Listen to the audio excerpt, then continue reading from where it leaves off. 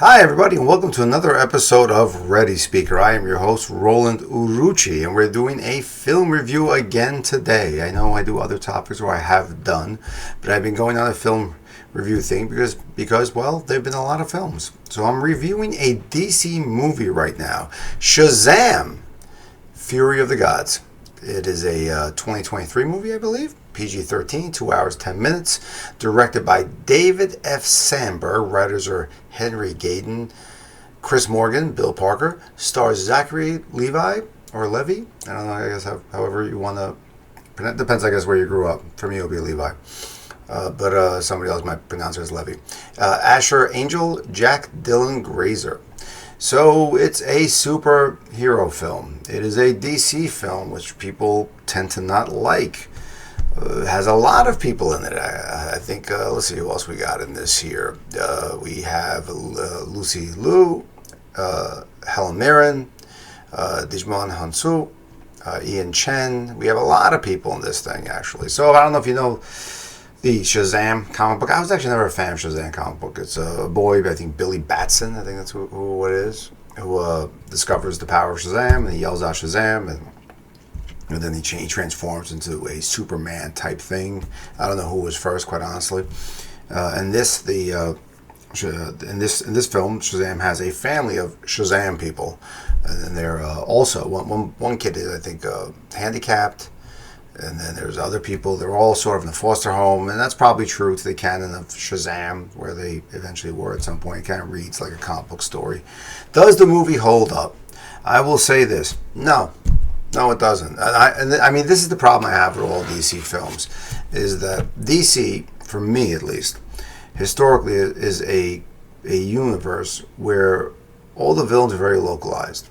Everything is very local. Once they get into world saving, and once they get into worldview, it competes with Marvel. Marvel does a better job at that. Marvel does a shitty job of doing local heroes, dealing with local problems, local villains. Very shitty job. DC does a great job of that. That's why they sort of make up these cities. You have Gotham, you have Metropolis, you have all these cities. I think this one they're actually in Philly for Shazam, and that's fine, I guess. But generally they're very, very, very localized. They're very much in the neighborhood, and I think actually Spider-Man was developed as competition for the success of DC characters to be a very local hero. And I think Spider-Man movies are the best DC movies you can see. They really deal with the hero world as a DC thing. How does this sort of play out? Honestly, I'm just tired of dumb people in movies, and I think the way the writing is, everybody's kind of, I know they're children and Shazam bodies, and that's like part of it, but I'm just tired of dumb people making dumb decisions, and there's like a lot of little problems with this. You also have Rachel Zegler is in this as well as Anthea, and there's gonna be spoilers of this one, because I don't think actually you probably don't need the time to watch it. Visually, it's kind of cheap looking. The CGI is kind of rough at points. Where I watched it twice, I think, and it was okay, but not oh my god. There were definitely some points, and I was like, wow, they went budget on that scene. So what happens is that the three daughters of Hades, I think it was, or not Hades, it was one of the Titans, and they come in to get the Staff of Power that Shazam broke in another film. And Rachel Zegler is one of them. Then you have Calypso. Then you have Hespera, and Rachel Zegler is Anthea. And she does I'm a schoolgirl in a high school, and she gets one of the Shazam people to like her, and that becomes the problem. And that's she gets Freddie Freeman to like her, I guess. And it's just weird. It's just weird. I'll tell you right now. It just feels weird. It feels very forced. It feels very contrived. They even make a joke about how she's 6,000 years old and he's like 17 years old, and now he always gets older women, and it just. I had the same problem with Wonder Woman at certain points. Loved the first movie, even the second movie. I didn't mind it actually. I just think when there's some fundamentals about how people interact, and I would assume they would interact if they were thousands of years old, and they wouldn't be this kind of fucked up. So. And I think there's definitely a play here of Thor. I think Thor Ragnarok. Which was it? Thor Ragnarok? Yeah, it might have been. No, it wasn't Thor Ragnarok. Was it? I don't know. It is the one with their sister, Odin's daughter, coming back, and it definitely plays on that sort of storyline again of like, you've slighted my father, we want the power, we're destined to be heroes, we're gods, mortals are stupid. And mortals, I guess humans are really stupid. I don't even know why they even give a shit so much. I would just like freaking just go somewhere else and chill rather than trying to always take over these people who just can't. It's like herding cats. That's the biggest problem for me with a lot of these movies. They don't really know how to exit that theme that reads okay in comic books, because it's 30 pages. I think it was 28 pages, 30 pages. It went pretty quick. For me, it was the time it took me to read a comic book was the time it took me to take the train to school. So it's a perfect read. You buy one, they're about a quarter. Sometimes you got sales, they're 15. I remember actually comic books when they were 15 cents, and they jumped to a quarter. So I'm no bastard. So that world was okay for a kid. It was colorful. It was bright. We're talking about the 70s, and things were a little different then. And this was an escape for a kid. I don't know if that escape translates well onto film. I don't think the goofiness of the characters, the awkwardness of the characters, the constant running to be accepted of the characters.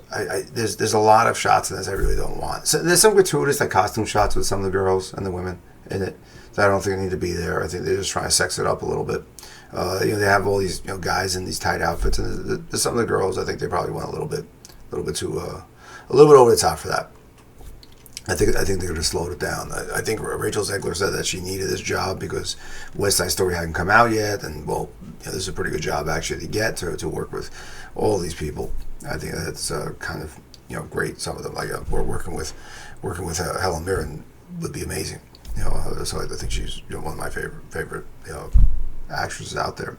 She's in so many things, and she's always just a pleasure to watch. And there are moments in this that's okay. There are moments that move. There are moments that try to be funny. It's just not a good film. I'm going to play the trailer now.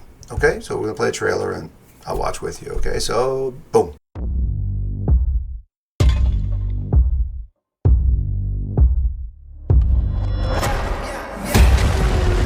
We are at war.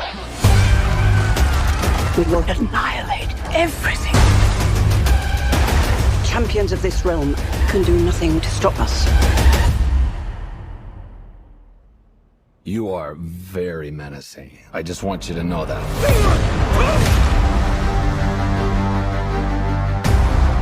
A lot has changed in the last few years. The wizard gave me superpowers. Shazam! And then everybody got superpowers. Started from the bottom, now we're here. All right, here's the situation. Started from the bottom, now the whole team here. The daughters of Atlas are coming to hunt us. Children stole the power of the gods. You ripped it from our father's core. Okay, I feel like maybe I should be writing all this down. Give us the powers, child. Your world will not survive this. You want these powers? Come get them! Hey, Khaleesi! Started from the bottom, now we're here. All right, Started from the bottom, now the whole team here. we have one job to do. Save the world. Billy! I don't know how we fight powers like this. I can't do this. Take my powers back. You gave them to me so you could take them back, right? I spent millennia searching for a worthy champion. You know exactly what must be done.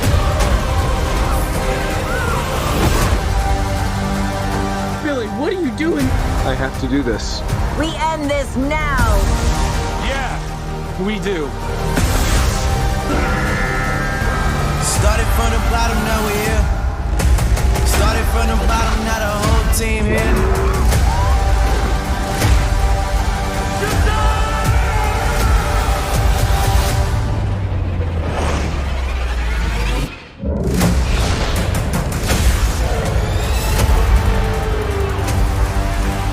Yeah, so we watched that. It feels very Avengers, I guess, and is trying to be a little of a Batman with Bane. When like I get images of that again, of the stadium just like rippling through everything. So I think a lot of the stuff has been done before, and they're trying to get They're trying to dip into stuff that's worked with other films, and I think that's the problem. The little bit of dialogue you hear in that trailer isn't solid even. It actually feels forced.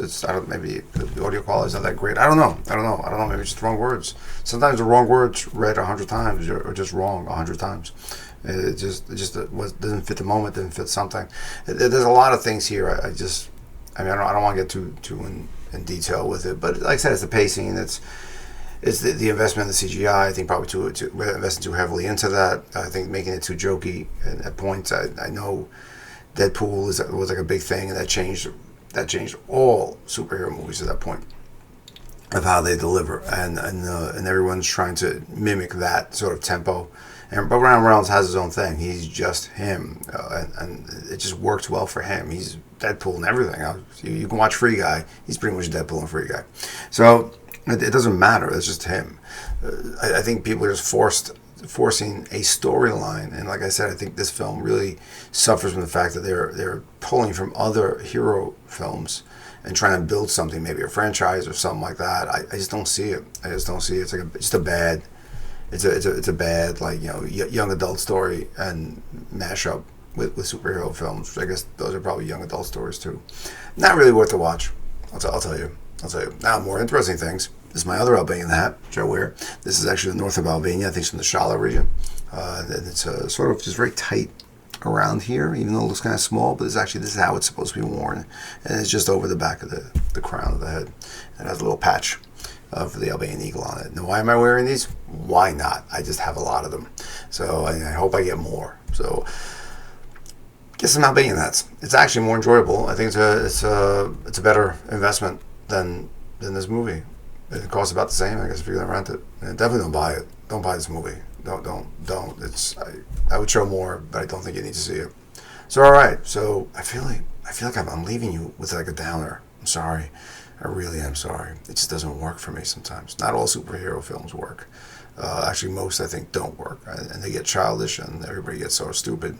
And this is a prime example where the superheroes are really, really dim, making bad choices. But they're doing like a world save thing, and it feels like it's the world, but it's really just a few blocks, and it feels like it's the world. Oh, it was Atlas. It wasn't Hades. It was Atlas. So the Daughters of Atlas. So I made a mistake with that, but I'm correcting it down. So again, thank you. Subscribe. Watch this. Watch my reviews. Come on the show. Maybe you love this film, and we can talk about it. I'll watch it again. As painful as it may be, I will watch it again, and we can chat through it, and maybe it'll change my mind, and that's fine. That's okay. Maybe I'm not seeing something. Maybe you're going to show me a different way to see this movie that makes it sort of work. I just don't think it works. All right. All the best. Roland Rucci from Ready Speaker. I really jumbled that one up, didn't I? Bye.